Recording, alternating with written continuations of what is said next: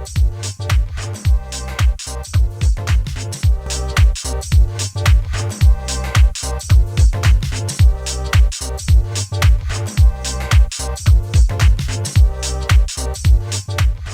and welcome to the North Coast Journal Preview, where we take a look at the stories in this week's North Coast Journal. I'm your host, Dave Frank, and I'm joined here in the studio with Thad Greenson, news editor, and Jennifer Fumiko Cahill, who is the arts and features editor. Welcome, guys. Thanks for having us. Well, this is great to be back in the studio with you. Let's dive right in and hear about what's on the cover in this week's North Coast Journal. Yeah, this week we have a cover story looking at the alarming spike in fentanyl overdoses in 2019 in Humboldt County. Oh, wow. Yeah, it wasn't something that was really on our radar, honestly, at all until the Arcata Police Department, I think on New Year's Day, sent out a press release kind of alerting the community that they'd had 2 overdoses, one of them fatal, on New Year's Eve that involved fentanyl. And obviously fentanyl has been kind of the national scourge over the last handful of years. Kind of came on the scene in 2013, and every year since there's been an uptick in fentanyl overdoses nationally as a part of the opioid epidemic. But we weren't really aware of its presence locally. And so after getting that press release, we started doing a bit of research and found out that after recording 1 fentanyl-related overdose in each of the previous 3 years, there were 7 last year. And so this is something that all of a sudden law enforcement is very, very focused on. So how does fentanyl sort of become popular? How does it enter the threat radar for a community? Yeah, so it's a synthetic opioid. So essentially it delivers a very similar experience as heroin or morphine, but it's made in a laboratory. You don't have to go out and pick a gazillion poppies and distill them into a substance. And so because of that, it's really cheap to make. It's also incredibly potent. It is, they say, 50 to 100 times more potent than heroin. Oh my goodness. So you can stretch a small quantity of it a long way. And so for folks dealing in illicit substances, that's really attractive because it cuts down on costs and allows them to maximize profits. So these precursor chemicals are created mostly in China and then distributed throughout the world. And so fentanyl basically comes here via 2 avenues. One is it originates in China and is actually made in China and then mailed to the United States, often through a kind of intermediary country. Or it is the chemicals are shipped to Mexico or the United States, then it's made there. So it gets incorporated into other drugs unbeknownst to people? Is that somewhat go towards explaining how these overdoses occur? Yeah, absolutely. There's not a huge market currently for fentanyl of itself. There's not a lot of people on the street who are looking to get a fentanyl fix. But what's happened is because it's so potent, it is both it's being used with opioids as kind of the active ingredient in an illegal substance. So a lot of the heroin that the Drug Task Force is seeing on the streets now has levels of fentanyl in it. And so it's a way for drug dealers to kind of stretch the heroin product further by incorporating a cheaper and more potent substance on top of it. And then it's really become infested in the counterfeit pill market. Right. It's really hard to get legitimate pharmaceuticals, we're told, on the streets. So if you're looking for Xanax or Adderall or Oxycodone or any of those, it's really hard to get legitimate ones that have been kind of diverted from the pharmacy to the black market. And so there's lots of these pill factories popping up that are making counterfeit versions of these. And like anything you buy on the illicit market, you don't really know what's in it. And so what we're hearing increasingly is that a lot of these counterfeit pills, really the only active ingredient in them is fentanyl now. Oh, wow.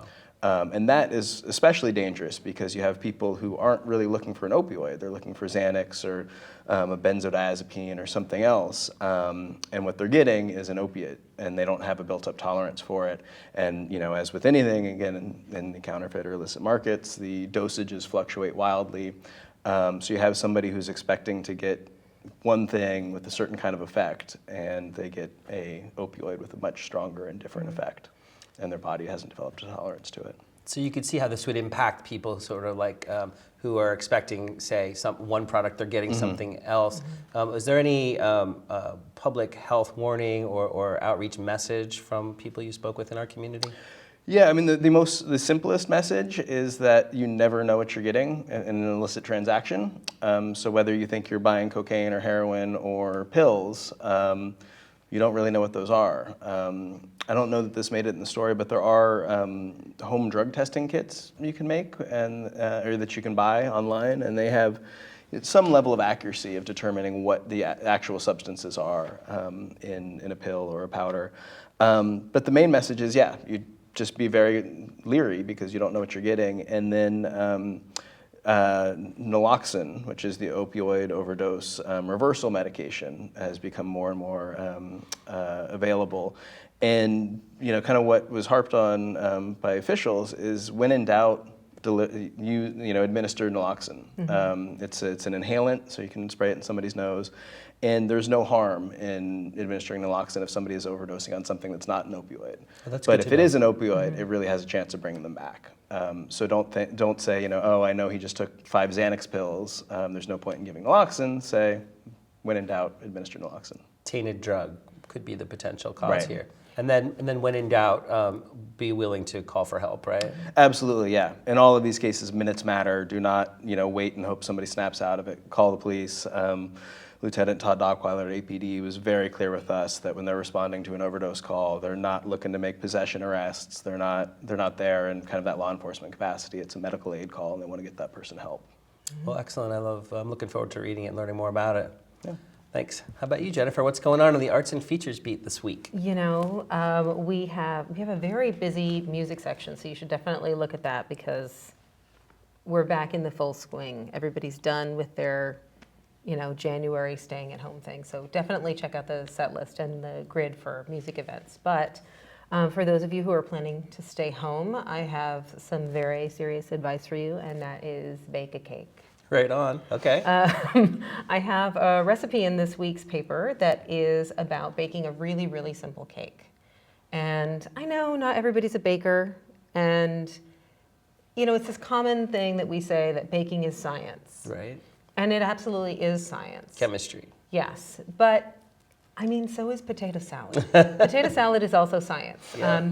All food making is science, and you should not let the baking is science thing stop you from baking. Making cocktails is science. Lots of things are science. Laundry is science. It's Actually, that's why I don't do laundry. But like with a good recipe, you don't need to know the science, right? Yeah, with a really easy recipe. Easy recipe, yeah. yes. I mean, are you really concerned about molecules? You are not in this moment. Chocolate. You're whisking some dry ingredients and then but I am, it's not that I don't like a box cake. Box cake is fine. But I feel like we've been intimidated out of going beyond box cake. It's fair. I think that's true. And it's not like box cakes make themselves. No, they do They're not. already halfway there. Your kitchen is still covered with little bits of like that weird puddingy powder. You still have, and people are making mug cakes, and that's great. Mm-hmm. I think that any time that you can get dessert into your body is a good time. But, we can make a real cake in an hour without a lot of craziness, without too much more measurement than you would for a box cake. You're still measuring oil. Yeah. You're still cleaning bowls and whatnot. I mean, you're still greasing a pan. You might as well be able to say, I made a damn cake by myself. Words to live by. I yes. like this. Mm-hmm. So I encourage that. I also encourage people to consume food TV critically. Okay. I think that we should all be looking at reality versus food porn.